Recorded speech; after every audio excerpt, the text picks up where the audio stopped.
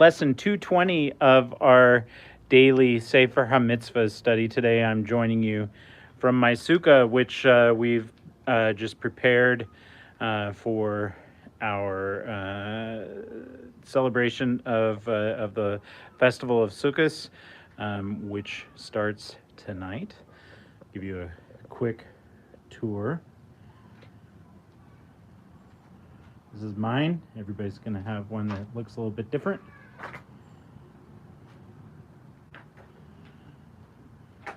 All right. That's your tour.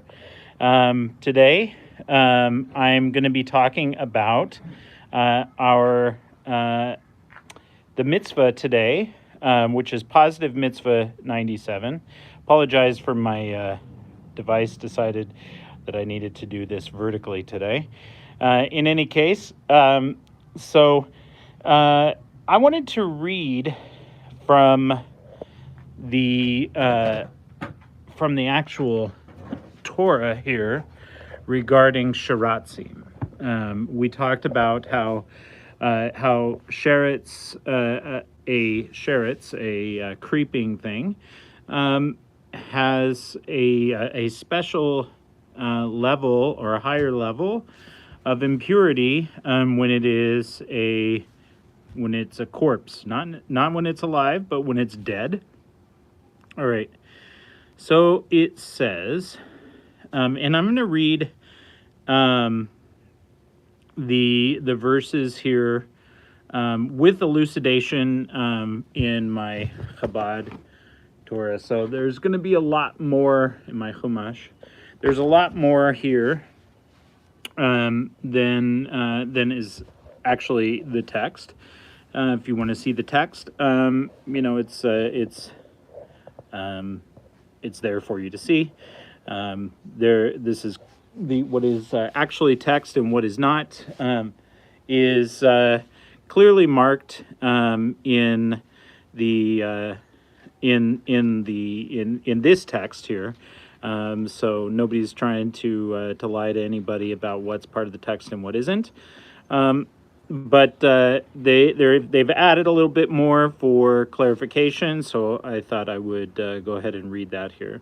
So starting in verse 29 of Vayikra, of Leviticus, chapter 11, says, although all crawling creatures, except the types of grasshoppers that have previously mentioned, are prohibited for consumption, since none of them satisfy the requirements for permitted animals. Only the carcasses of 8 types of them impart ritual defilement. All right, here we go. You must consider the following ritually defiled among crawling creatures that crawl on the ground: the weasel, the mouse, the toad, and all varieties of its species, the hedgehog, the chameleon, the lizard, the snail, and the mole. And you're going to see a slightly different list that shows up depending on the commentator, because of course the words are Hebrew. So you're going to maybe see in this list geckos included or slugs included. The point is I think I remember seeing snakes. So in any case,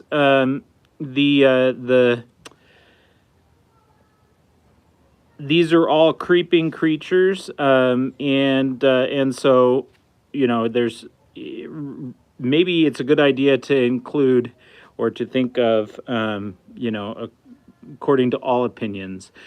So if there's a variation of opinion, just we would consider that other one might be the correct opinion, and so that would be included in this 8.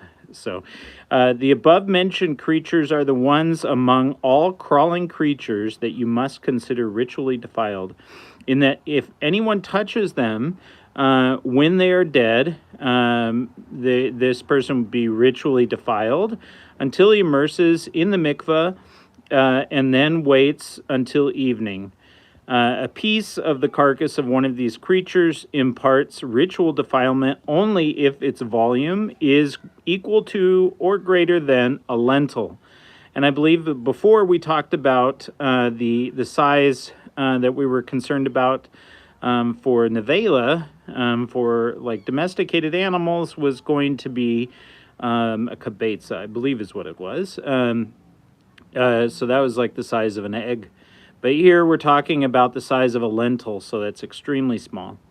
All the aforementioned animals do not only impart ritually defilement to you. If any of these dead creatures fall upon anything, it will also become ritually defiled, prohibited from being brought into the precincts that are off limits to ritually defiled people, and disqualified for holding consecrated food. This rule applies whether the object be any wooden vessel, garment, hide, or sack. In fact, any implement with which work is done. In order to purge it of its ritual defilement, so now something touched it, then it must be immersed in water in the mikveh, but even after that, it will remain ritually defiled until evening, after which it will be rid of this defilement. So, so you can see here, like a lizard, it's just for example, is going to cause problems if you were going to plan on going up to the temple, for instance. You would need to immerse and then wait until evening, and then you could go the next day up to the temple, or go that night, I suppose, if the gates were still open.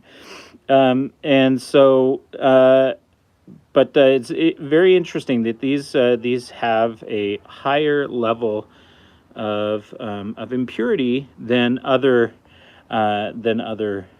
corpses would have. And you would think, what's the number one thing that we think, of an animal that is unclean? Usually most people think of pig. And I know that there's another religion, another faith that says, like, you absolutely can't touch its carcass, like whether it's like bacon or something like that. And if you do, then there's big consequences. It's like a big sin. Judaism doesn't consider even touching these things once they're dead. It's not a sin. But what we would have to just keep in mind is, if the temple was standing, then we would have to follow particular rules in order to become pure again, so that we could go up to the temple. Right now, not so much a concern, but it's still a very good thing to learn all Torah, because Torah is our life.